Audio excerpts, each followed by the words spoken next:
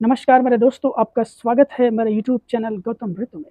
आज मैं आपको बताऊंगा बहुत ही रोचक, ज्ञानवर्धक चीज़ों के बारे में, जो अपने जीवन को धन्य बना सकते हैं, जीवन के लक्ष्य को प्राप्त कर सकते हैं। व्यक्ति को कैसे होना चाहिए, ये ज़िंदगी में बहुत मायने रखता है। सबसे पहले ये बता देना चाहता हूँ कि आप ज़िंदगी में अगर है, तो एक अच्छे इंसान के रूप में अपने आप को प्रतिष्ठित करिए। क्योंकि अदावत की जो चिंगारी है वो बहुत खराब होती है दोस्तों। जी हाँ, अदावत की चिंगारी कहते हैं पूरे कौम को, पूरे फैमिली को, पूरे परिवार को जलाकर राख कर देती है।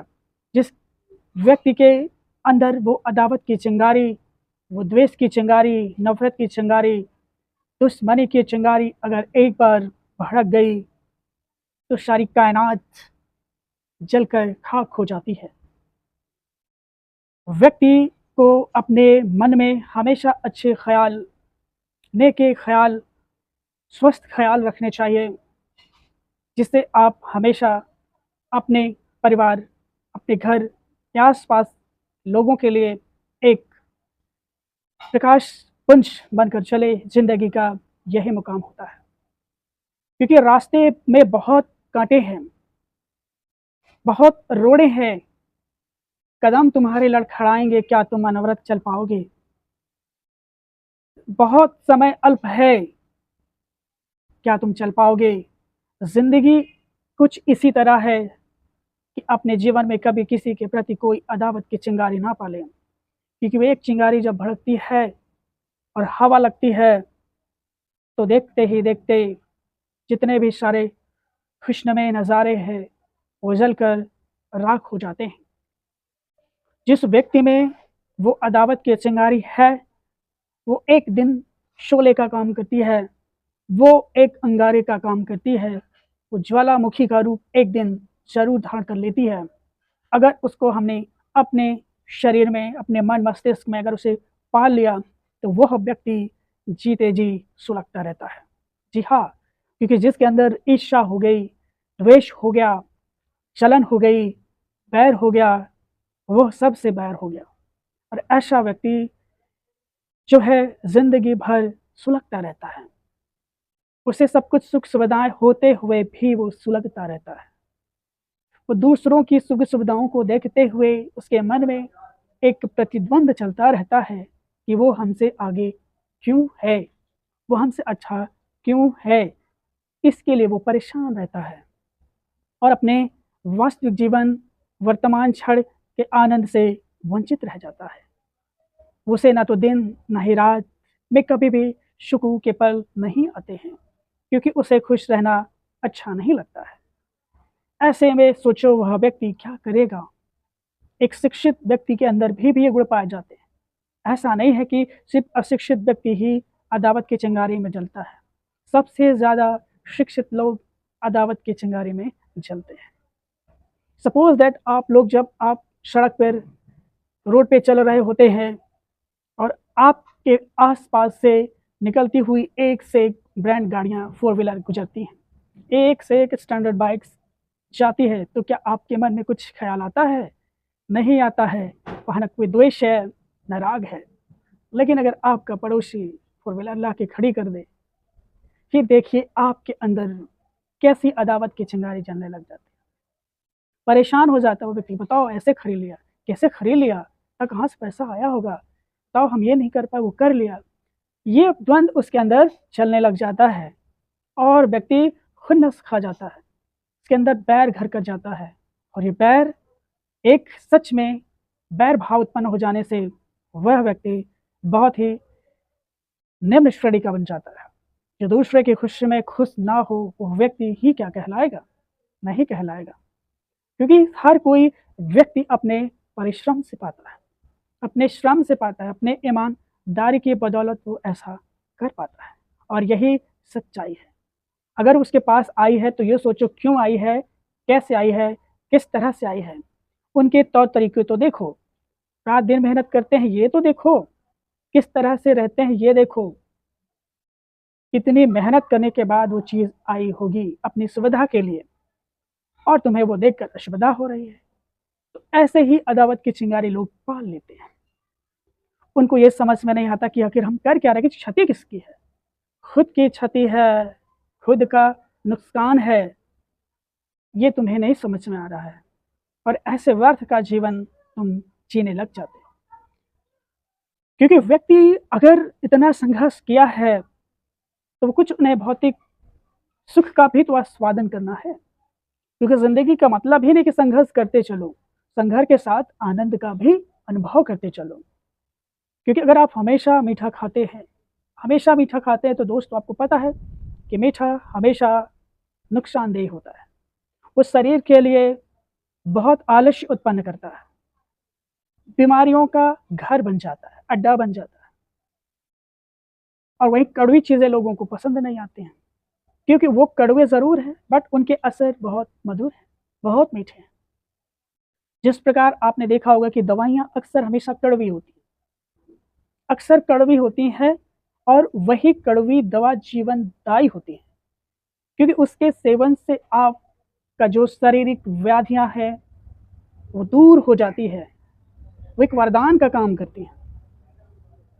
ठीक उसी तरह ये जीवन में अगर आप मीठी वस्तुओं का सेवन करें तो बीमारियां घर कर जाती हैं।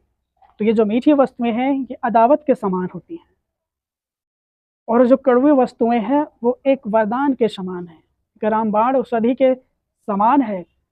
तो जीवन को क्या चाहिए, शारीरिक को क्या चाहिए, मानसिक चेतना को क्या चाहिए, ये हमारी सोच पे डिपेंड करता है कि आखिर हमारी सोच कहाँ तक है, हम कहाँ तक सोच पाते हैं, कितना सोच पाते हैं, ये बहुत मैटर करता है। अक्सर हम देखते हैं अपने आसपास देश दुनिया में, ऐसे देखते हैं कि जितनी भी घटनाएं घटित होती है बस उसकी वजह अदावत की चिंगारी होती है।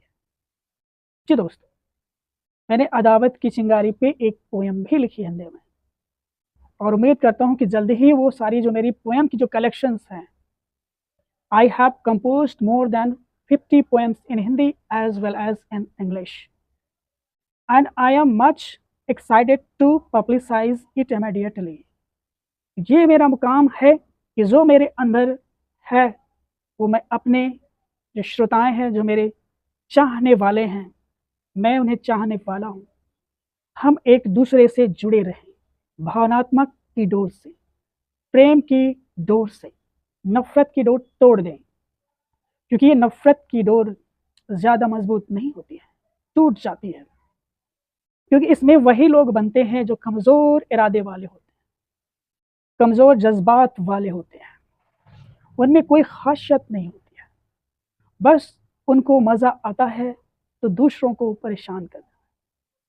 जो दूसरों को परेशान करे, इसका तात्पर्य है कि वो कितना परेशान व्यक्ति है, उसके पास कितना निरर्थक समय है कि वो इन चीज़ों में लगा रहता है। अपने जीवन के उद्देश्यों को नहीं जान पाते हो, ये सबसे बड़ी मूर्खता होती है। अगर आपने कभी देखा होगा कि एक छात्र अगर पढ़ने में बहुत तेज है, बहुत स्मार्ट है, और एक नहीं है, ज़्यादा बुद्धिमान नहीं है, तो वो चाहेगा शॉर्टकट चाहिए उसके लिए, वो चाहता है कि मैं जुगाड़ से किस तरह से अच्छे से पास हो जाऊं, ये वो ही चाहता है। हकीकत यही है, बट उसको ये ख्याल नहीं है कि जो व्यक्ति, जो छात्र इतना स्ट्रगल कर रहा है, इतना दिन पढ़ रहा है, रातों को नींद हराम कर दिया है, अथक प्रयास कर रहा है, अच्छे नंबर उसके नहीं आएंगे तो किसके आएंगे, कि जो रात दिन सोता है, पढ़ाई में उसका मन नहीं लगता है, अच्छी चीज़ों में उसका रुचि नहीं है, गलत चीज़ों में वो विश्वास रखता है, ऐसे व्यक्ति का उद्धार इस जन्म में तो क्या किसी भी जन्म में संभव नहीं है। ये जांची परखी हुई बातें हैं, क्योंकि जिंदगी का उद्देश्य पाने का होता है। जब आप पाते हो तो आप 4 गुना देते हो, क्योंकि शिक्षा का उद्देश्य यही है। क्योंकि आपका ज्ञान कोई छीन नहीं सकता, कोई खरीद नहीं सकता, कोई चुरा नहीं सकता, कोई बटा नहीं सकता है, कोई सड़ा गला नष्ट नहीं कर सकता है। आप इसे जितना खर्च करें उतना ही बढ़ता है। बुराई से बुराई बढ़ती है, चिंगारी से आग लग जाती है। लोग कहते हैं लोगों की नज़र लग गई, दरअसल खुद की नज़र लग गई। वास्तविकता यही है, यही जीवन का उद्देश्य भी वो मानते हैं, जो कि नैतिक मूल्य की दृष्टि से वो सर्वथा अनुचित प्रमाणित होता है। और मैं इसे नकारता भी हूँ, क्योंकि मैं एक फिलैंथ्रोपिस्ट व्यक्ति हूँ। वसुधैव कुटुंबकम का सिद्धांत मेरा है, love himself and love other persons as well. यही ह्यूमैनिटी है, यही ह्यूमैनिटी की पहचान है। व्यक्ति की पहचान नहीं होती है, याद रखो, व्यक्ति के गुणों की पहचान होती है, व्यक्ति के आचरणों की पहचान होती है, उसके सिद्धांतों की पहचान होती है। व्यक्ति तो सिर्फ एक प्रतीकात्मक है, एक मूर्ति के समान है, जिसमें बोलने, सोचने, समझने की क्षमता है। ये वही गुण तत्व है जिसे समझना होता है, क्योंकि हम लोगों को समझने की भूल जो कर देते हैं, ये सबसे बड़ी भूल हो जाती है। खुद को समझने का तो प्रयास करो कि आखिर हम है कौन, क्या उद्देश्य है हमारा, क्या लक्ष्य है हमारा, आपका इस जन्म में क्या उद्देश्य है, उसकी पूर्ति करना तो आप ही का लक्ष्य है। आप सतत निरंतर प्रयास करते हैं तो आपका जीवन कितना धन्य हो जाता है। एक किसान व्यक्ति जब खेत की जुताई करता है, उसकी अच्छी से गुड़ाई करता है, और वो इस आशा से जो बीज होते हैं जमीन में फेंकता चला जाता है, जमीन में फेंकता चला जाता है। क्यों? क्योंकि उसे पता है कि ये एक बीज 1000 बीज देने के बराबर बनेगा। अगर उसको ये खबर हो जाएगा ये तो बीज मेरे चले जाएंगे, बेकार हो जाएंगे, इतना नष्ट हो जाएगा धरती में, तो सोचो उसकी उपज हो पाएगी? नहीं हो पाएगी। तो जब हम रिस्क लेते हैं, जब हम नुकसान उठाते हैं, तो फायदा भी आपको होता है, ये सत्य है।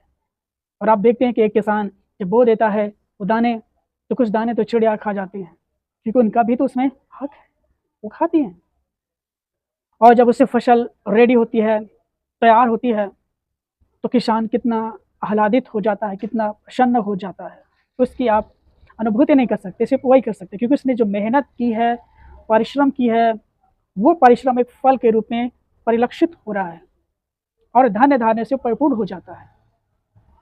तो क्योंकि उसको कार्य करते समय बैर भाव नहीं था, सद्भावना थी उसके अंदर, सद्भावना थी उसके अंदर।